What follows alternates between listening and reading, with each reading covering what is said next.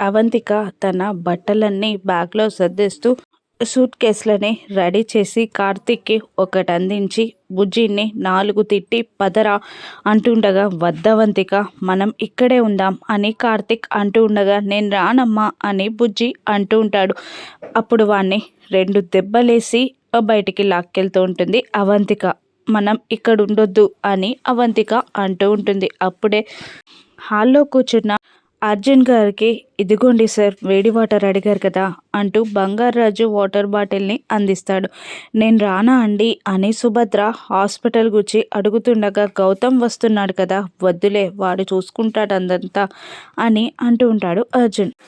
గౌతమ్ అహల్యలు కూడా కిందికి దిగి వచ్చేస్తారు. అప్పుడే అవంతిక బ్యాగ్స్తో కార్తీక్ని బుజ్జిని తీసుకొని బయటికి వచ్చి అక్కడి నుండి వెళ్ళిపోబోతూ ఉంటారు. ఎక్కడికమ్మా అని అర్జున్ సుభద్ర ఇద్దరు అడుగుతుండగా, ఇంటి నుండి వెళ్ళిపోతున్నాను అని అంటూ ఉంటుంది అవంతిక. ఎక్కడికి అంటూ ఉండగా, మా ఇంటికి. మాకేమైనా ఇల్లు లేదనుకున్నారా?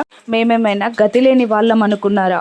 ఆ ఇంట్లోనే ఉంటాం, ఆ ఊరిలోనే ఉంటాం అని అంటూ ఉండగా, గౌతమ్ ఏంటక్క ఆ ఊర్లో ఫెసిలిటీస్ ఏమి ఉండవు కదా, మీరు అక్కడ ఉండలేరక్క, వద్దు వెళ్ళకండి అని గౌతమ్ అంటూ ఉంటాడు. ఆ ఊర్లో ఉండలేకనే కదనే మీరు ఇక్కడికి వచ్చింది, వద్దు వెళ్ళకండి అని సుభద్ర కూడా అంటూ ఉంటుంది. ఆడదానికి అత్తారింట్లో ఉంటేనే విలువ, గౌరవం.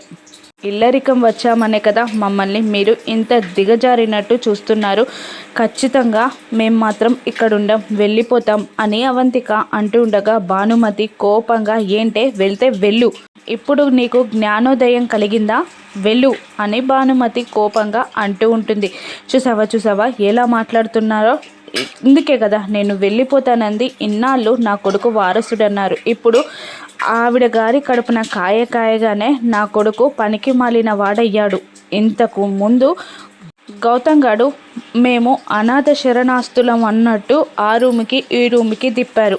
నేను గతిలేని దాన్ని అంటూ నన్ను నానా మాటలు అన్నారు. ఇంకా మేము ఇక్కడ ఎందుకు ఉండాలి, మేము వెళ్తాం, మా ఆస్తిలోని వాటా మాకు ఇచ్చేయండి, మేము ఎక్కడో ఒక దగ్గర బ్రతుకుతాం అని అనేస్తుంది అవంతిక. దాంతో అందరూ షాక్ అవ్వగా, భానుమతి కోపంగా, నీకు ఆస్తిలో వాటా ఎక్కడిది, నువ్వు ఆడపిల్లవి, నీకు ఆస్తిలో వాటా లేదు, అయినా నీకు ఘనంగా కట్నం ఇచ్చి పెళ్లి చేశాం, అంతేకాదు నీ భర్త ఆ వ్యాపారం ఈ వ్యాపారం అంటూ చాలా డబ్బులు తగిలేశాడు, ఇంకా నీకు ఆస్తిలో వాటా ఎక్కడిది, చిల్లి గవ్వ కూడా ఇవ్వను, వెళ్ళు ఇంట్లో నుండి అని భానుమతి అరుస్తుండగా, అత్తయ్యగారు మీరు ఆగండి అని అంటూ, వద్దమ్మా ఎక్కడికి వెళ్ళొద్దు అని అంటూ ఉండగా, లేదు నేను వెళ్ళిపోతాను, మీకు ఆవిడ గారే దేవత కదా, నేను దయ్యాన్ని కదా, ఆ కొడుకే మీకు వారసుడు, బుజ్జిగాడు మీకేం కాడు అని అంటూ ఉండగా, అహల్య వెళ్ళి బ్రతిమిలాడుతూ, అది కాదు, మీరు ఈ ఇంటి ఆడపడచ్చు,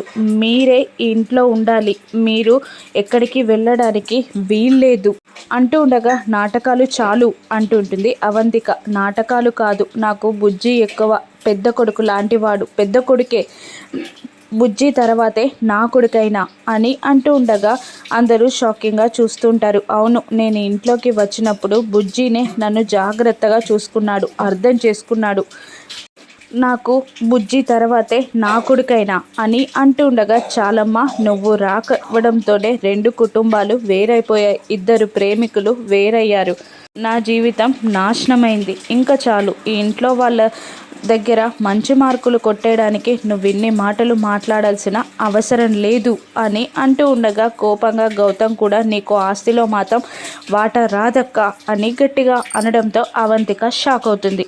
అవునక్క, నీకు ఆస్తిలో వాటా రాదు, ఎందుకంటే నీదే అక్క ఈ ఆస్తి మొత్తం, నువ్వు అమ్మలా మారి నన్ను శ్రావ్యని పెంచావు, ఇప్పుడు నువ్వు మమ్మల్ని కాదనుకొని వెళ్ళిపోవడం ఏంటక్క, నీకు ఆస్తిలో హక్కుందక్క, కానీ నువ్వు వెళ్తే మేము ఉండలేమక్క, ప్లీజ్ అక్క, నువ్వు బుజ్జి బావ ఎక్కడికి వెళ్ళొద్దక్క, ఇక్కడే ఉండండి అక్క, ప్లీజ్ అక్క అంటూ అవంతిక కాళ్ళపై పడిపోతాడు గౌతమ్.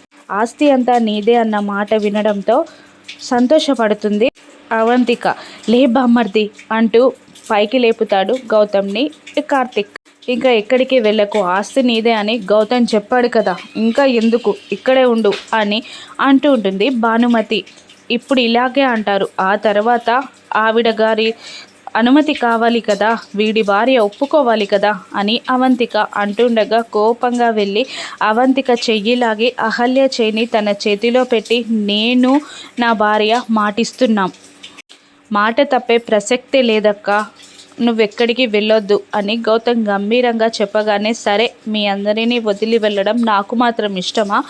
ఏదో మీరందరూ నన్ను బాధ పెట్టారనే తప్ప నేను మిమ్మల్ని వదిలి ఉండగలనా?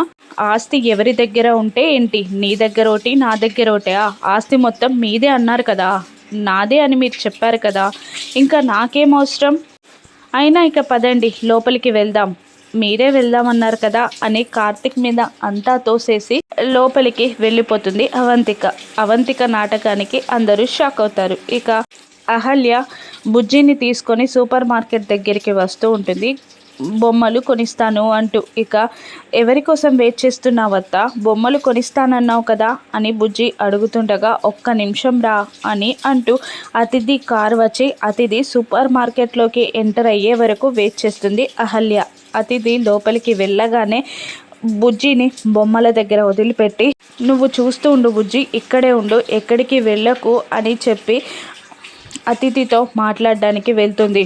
నువ్వా అని అహల్యని చూడగానే అతిథి కోపంగా అక్కడి నుండి వెళ్ళిపోబోతుండగా, నేనే అతిథి, ప్లీజ్ నేను చెప్పేది విను, గౌతమ్ గారిని అపార్థం చేసుకోకు, ఈ పెళ్ళి క్యాన్సిల్ చేసుకో అంటుండగా, ఏంటి ఇది మరొక నాటకమా, ఇంద్రాని కూడా నువ్వే పెళ్లి చేసుకుంటావా అని అతిథి అనడంతో, అతిథి అని అహల్య కోపంగా అరుస్తుంది.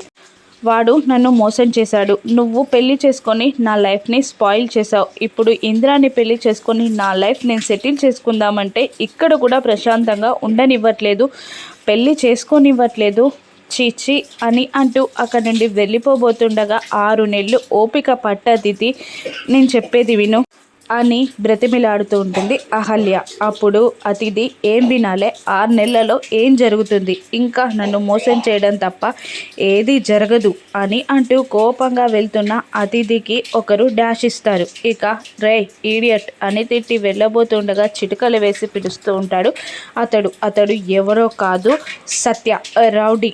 అతిథి గౌతమ్ కలిసి కాలేజ్లో బుద్ధి చెప్పిన సత్య. ఇక సత్య అతిథిని ఏం చేస్తాడు, అహల్య కాపాడుతుందా? రాను ఎపిసోడ్స్లో చూద్దాం. Thank you for watching.